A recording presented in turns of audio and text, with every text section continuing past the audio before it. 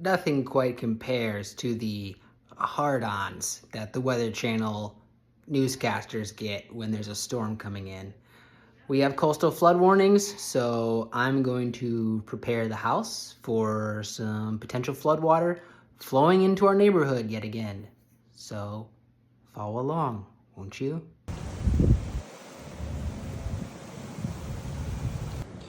Had a lot of success using this stuff. Kind of a pain to remove, but it works and is less of a pain in the ass than sandbags.